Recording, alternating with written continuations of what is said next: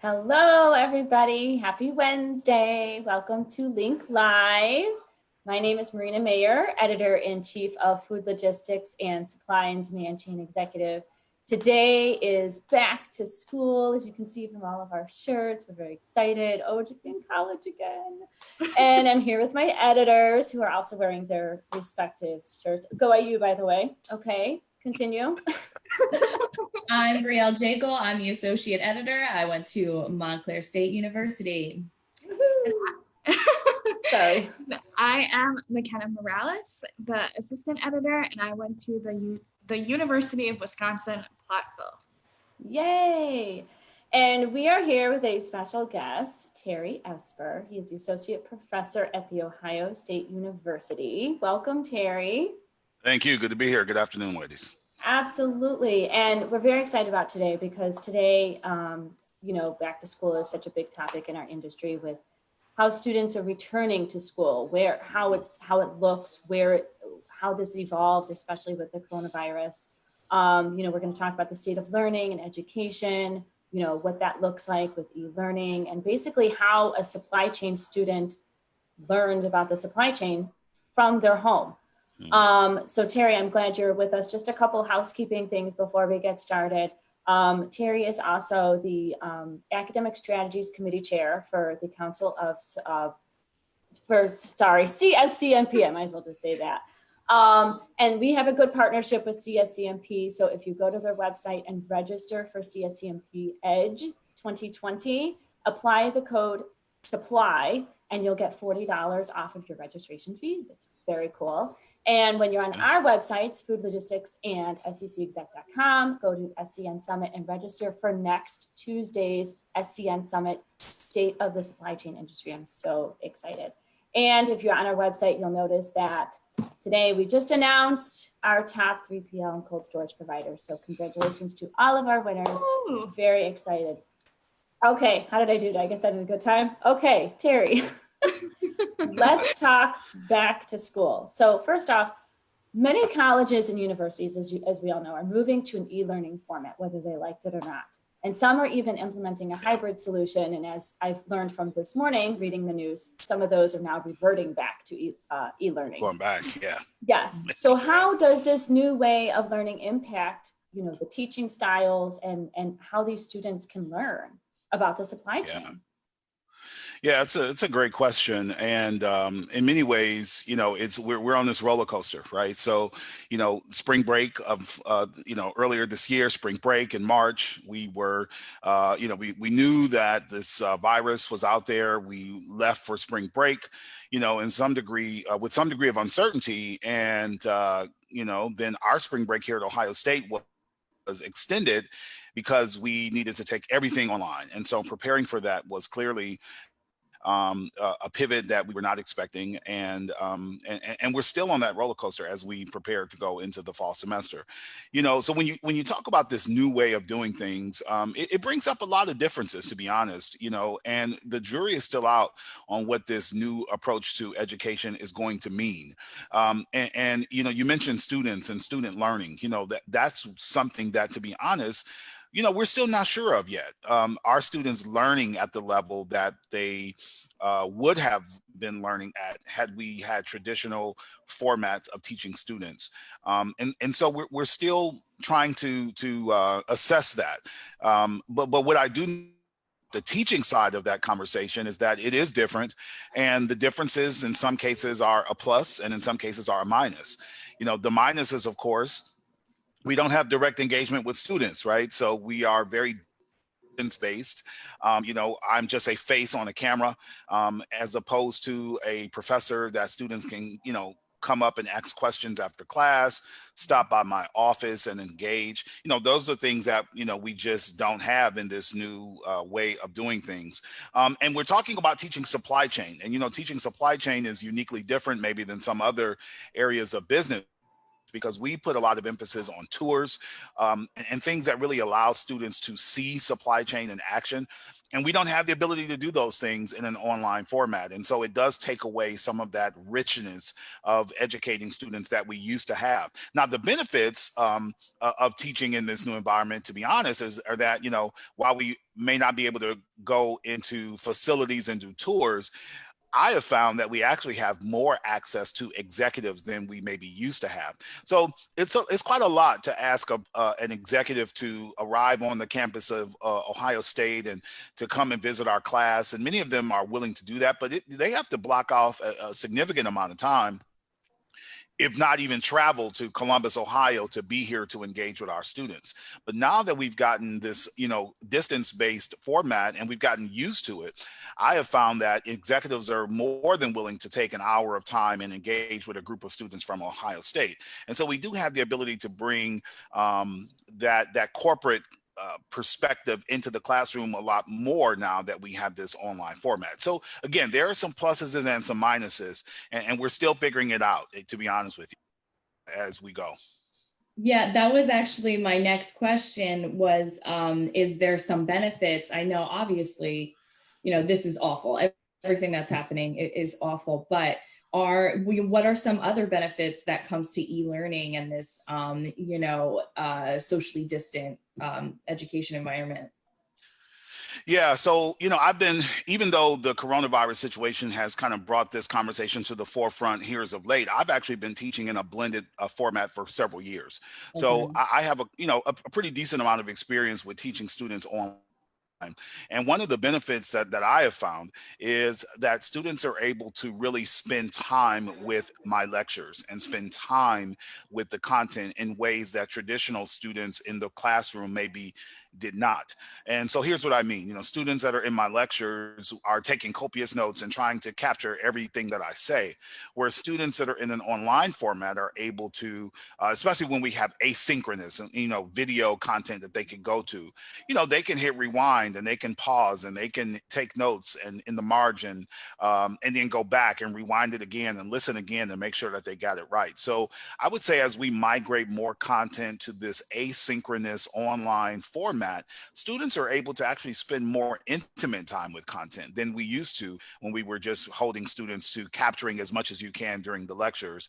And, you know, and if you're one of those students who are willing to ask questions, I'll highlight and elaborate. But if you're not, you might not get it, and you know the class is moving forward, right? So I think there are some benefits, to be honest, as we think about this new format and this new way of doing things. Again, not only the ability to bring in executives and those kinds of things, but for students to spend more intimate time. And I'll also say this as it relates to guests. So I talked about executives, but another benefit is that we have the ability to bring in guest lecturers maybe from other universities.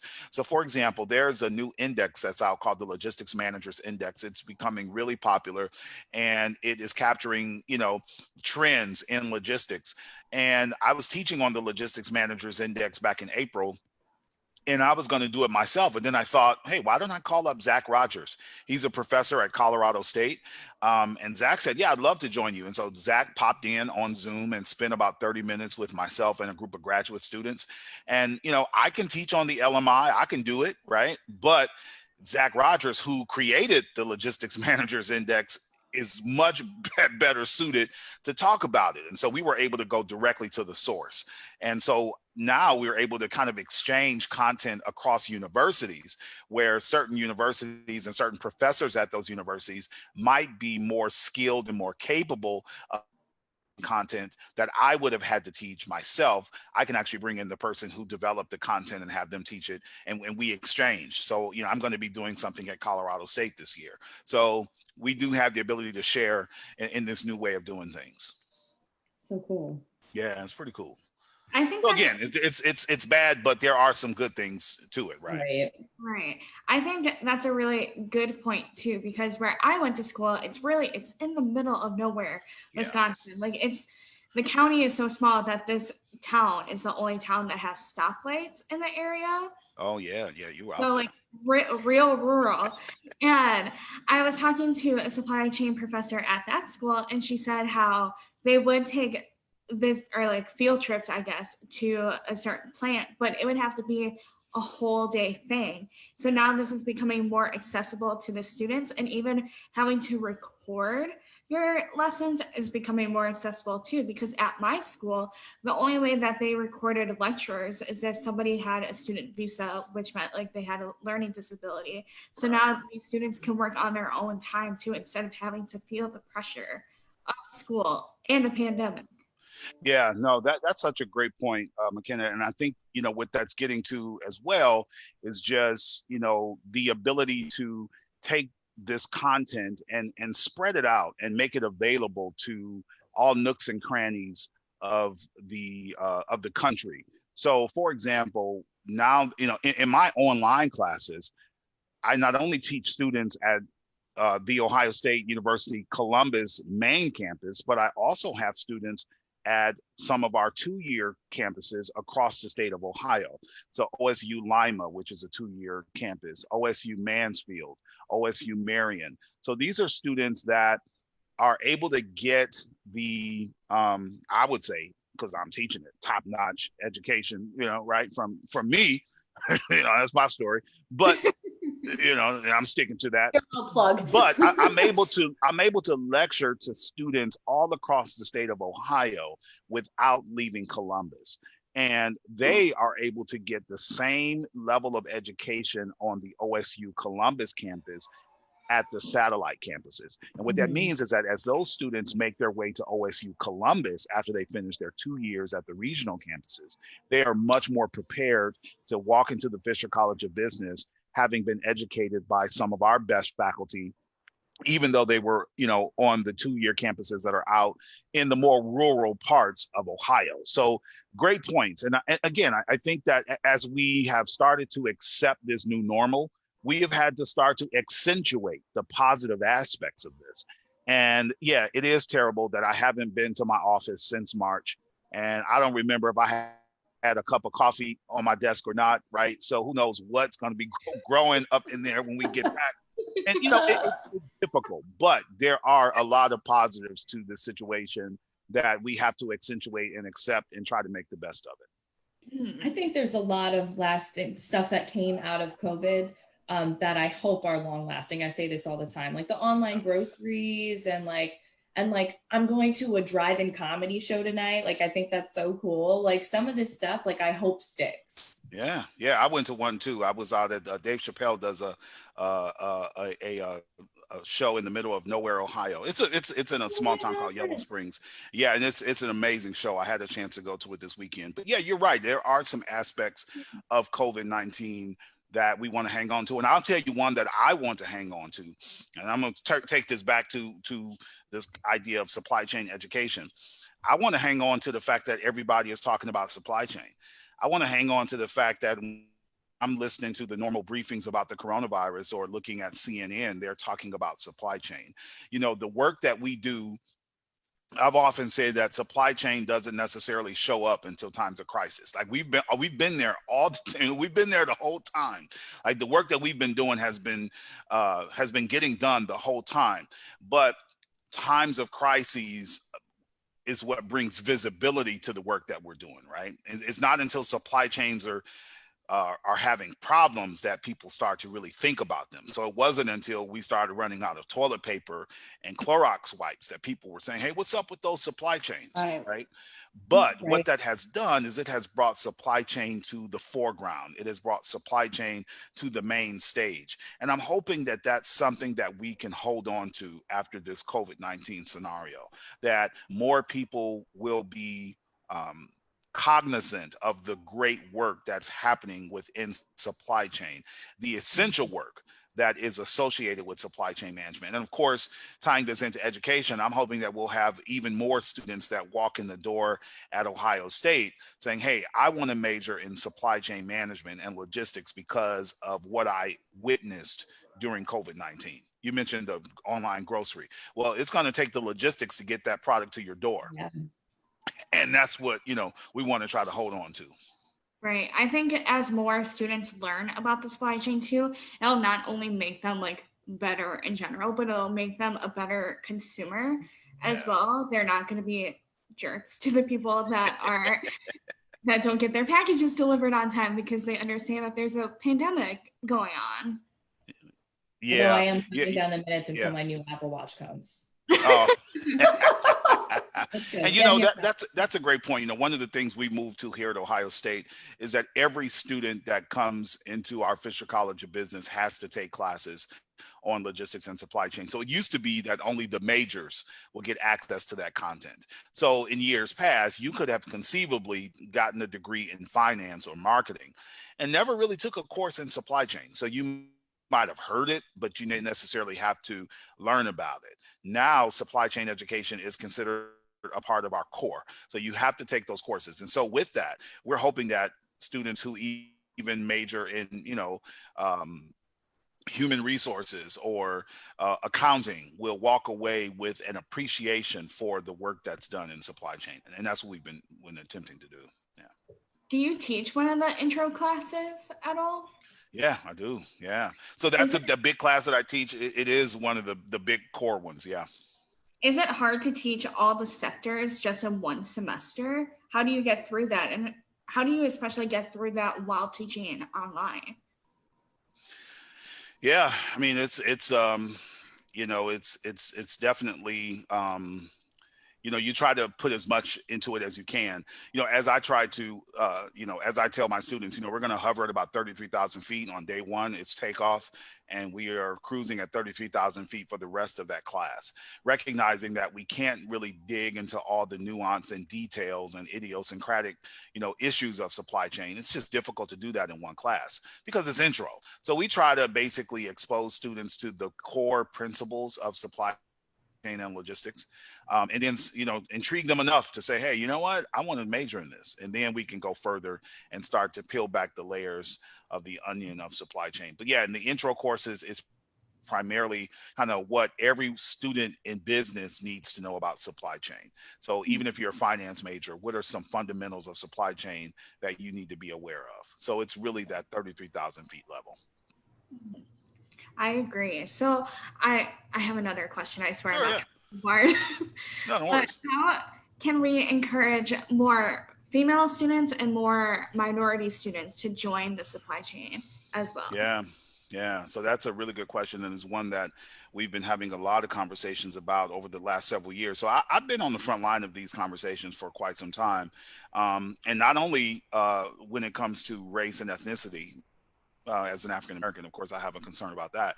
But I've been even doing research on women in logistics for some time. So before I joined the faculty at Ohio State, I was on the faculty at the University of Arkansas, and we were doing some really good programming around women in supply chain and really developing programming.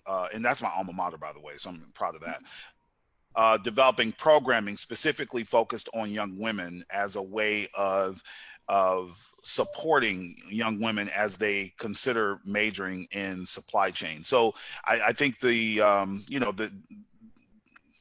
truth of the matter is we've got a problem in supply chain in the sense that it's a very male dominated field. And we on the front lines in the education space are those who have the ability to make a change to that. And we're on the front line of it. So I think there's a number of things that we can do to address this. I think first of all, you have to have more diversity in the classroom. So, it is, the studies are there to show that young women are more inclined to select a major if they see women in the classroom teaching in that major. And the same goes for students that come from underrepresented minority populations.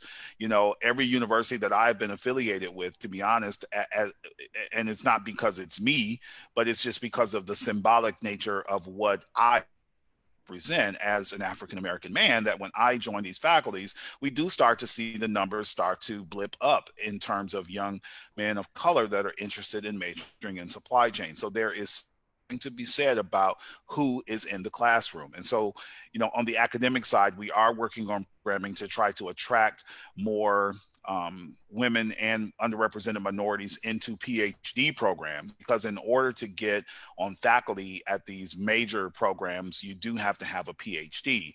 But at the same time, I think that, we also have persons who teach who come from industry. And, so again, not to go too far into this, but I think it's an important conversation that we need to have in academia, which is, particularly when it comes, I think we're seeing many more women that have entered into PhD programs. So the work there is moving, and that work has been, it's been a lot of buildup to where we are now. As it relates to ethnic minorities and issues of race, we still got some work to do. And so in many cases, one of the big responses is, well, we don't have that many people of color that have PhDs, okay, which is true. The pickings are slim, okay. I think I was the second, African-American man with a PhD in logistics. My PhD advisor was the first African-American woman to get a PhD in logistics, and there wasn't many beyond her, right? I think now we're on number 6 or something, right? So when it comes to people with PhDs, it is a very slim community. But we also have people who teach classes that are what we call adjuncts, or people who work, full time in the day and then teach classes at night.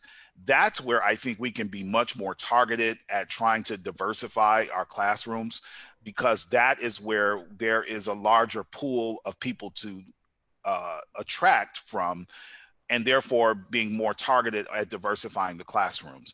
So the adjunct professors, the lecturers that are teaching, who are teaching based on their experience, not teaching based on their academic studies. So I think we've got some things to do. I would say another point, and sorry to keep going on this, McKenna, but so cut me off if I'm going too long-winded on this. But another thing that I think we need to address is just professionalizing the field and working against this stigma, if you will, or this reputation that, if you major in logistics and supply chain, when you get your degree, you are going to take a job in a warehouse and drive in a truck. And that, to be honest with you, when there is the finance major and students are looking at finance and saying, hey, I can go to work on Wall Street or go to work in some major investment firm, or major in logistics and go and work in a warehouse and driving trucks, it's just not appealing. So we have taken measures to ensure that our students are aware that supply chain, there is a lot of great work being done there, and we don't want to take away from that. But their argument is, why go to college and go to a school like Ohio State to graduate from college and then go and work in a warehouse? And so we've got to that, because there's so many professional jobs and analyst jobs and corporate jobs that are in supply chain. And I think that's something that we've got to do as well, particularly as it relates to increasing the numbers of women and minorities that are attracted to the discipline. You almost have to romanticize it to a point to get people to join. Yeah, absolutely. Yeah. So we already covered my question. I was wondering about the if we've seen jobs increase or the more higher number of students entering the workforce or entering supply chain majors. Right. So Marina, if you want to ask your question, I know you have. Sure. It's kind of like a 2-part question, but looking at how the environment is right now, what is something that you want to tell the freshman students as well as the seniors who will be graduating? What is some advice for those watching that are in school that are experiencing this shift? Yeah. Well, for the seniors, I would say, hey, it's we didn't know, right? I mean, right. We didn't know. I know. Sorry, we've tried to do our best. I tell my 8-year-old that all the time. She's like, I thought this was just going to be for 2 weeks. So there's a student. I don't know if you guys heard about this, but there was a student at I forget which university, but they were essentially talking about suing the university because they had to go to online education and the quality of the education was not the same as what they had come to expect. And, I'm like, I was like, dude, we tried our best, man. Like, so is what it is. I think ultimately one of the things I would say to seniors is that, to be honest, we were all pretty much rocked to the core when it came to this whole conversation of COVID-19. Like, this was not what we signed up for. And I would dare to say that most universities, and I've been benchmarking across universities and supply chain programs for the last several months, most did the best that they could to try to ensure that student experience was at as high a level as it could be. So I would, of course, offer a note of apology to seniors that, hey, I understand that this was the end of your, college, trajectory and matriculation, and it ended rocky, right? I mean, we had to have these conversations with commencement on last May and just how it was all different, and it just didn't come to that big crescendo that everybody was expecting. But of course, the big thing for seniors is the job market, right? And what we know is that a lot of companies are on hiring freezes as they're attempting to figure out how to navigate this new normal of working. And so, it's an interesting time. And so I know seniors are, it's not what we thought it would be. And so I would say to seniors just to hold on, and that things will get to some degree of normalcy. And I think, all the parties that be are hopefully, working to try to normalize this as much as we can. Freshmen, major in supply chain, right? I think you have seen the importance of supply chain. You have seen the essential work associated with supply chain. So major in supply chain. I would also say to students that are interested in majoring in supply chain, a couple of tidbits. Take your course in finance seriously, because more and more that understanding of supply chain, but also how it connects to finance, is so vital. So over the years, my classes where I teach finance, that content has just mushroomed. And, there are times in my classes where I'm like, am I a finance professor or a supply chain professor? But we have to understand how supply chain impacts financial statements. And I would also say analytics, right? Numbers, spreadsheets, data analysis. That's where we are right now in supply chain. It, again, is not about just trucks, trains, and warehouses, but we're talking finances, understanding financial statements, doing data analysis, and understanding, analytics, and that's where we are as a discipline right now. It's super interesting because I know that we all know financial is part of the supply chain, but from our vantage point, at least from my vantage point, you don't think about how important it is to grasp just the basics of that, because regardless of where you sit within the supply chain, whether they're developing the software or managing the fleet, financials plays a big part of that. So I think that point is super interesting. Terry, I do appreciate your time. This was super educational. I know that, thank you. You touched on it earlier, one of the opportunities, I know that for us, this whole, line of communication has opened the door for us to be able to talk to professors like yourself and other guest experts that we've had on. And so from where I sit, that's my personal opportunity from this. And so thank you to you and all the teachers and administrators, because I'm going through it too. I'm on the elementary side and I'm dreading the Common Core math that's coming down the line, because I don't know anything about that. So yeah, that has been one of those interesting phenomena, right? That I've had calls and, hey, can you help me with this? So it's been an interesting pivot as we have just all had to embrace the new normal of COVID, Yeah.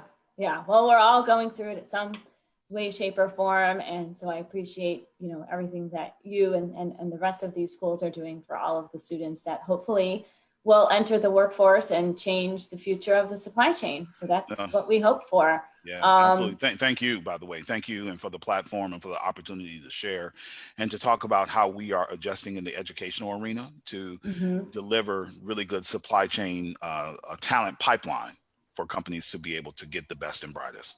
Yes, I appreciate that. So this is Terry Esper, Associate Professor at The Ohio State University. He's also the Academic Strategies Committee Chair for CSCMP. If you go to CSCMP, register for EDGE 2020, enter the word supply, and you get $40 off your registration. That's super exciting. Yeah. While you're on our website, foodlogistics.com and sdcexec.com, register for next week's SCN Summit. we are so excited. State of the supply chain industry, so excited. And check us out on social media, follow us on our podcasts on L.I.N.K, register for our webinars. We have so much going on, and thanks to, you know, this digital platform, like you said earlier, we're able to do and innovate and continue to do all these wonderful things and reach our readers in many, many different ways. So I appreciate it. And thank you, ladies, obviously, for being a part of today. This is L.I.N.K Live. Thank you very much. We'll see you next Wednesday at 11 a.m. Central. Hi. Go Hoosiers. Bye.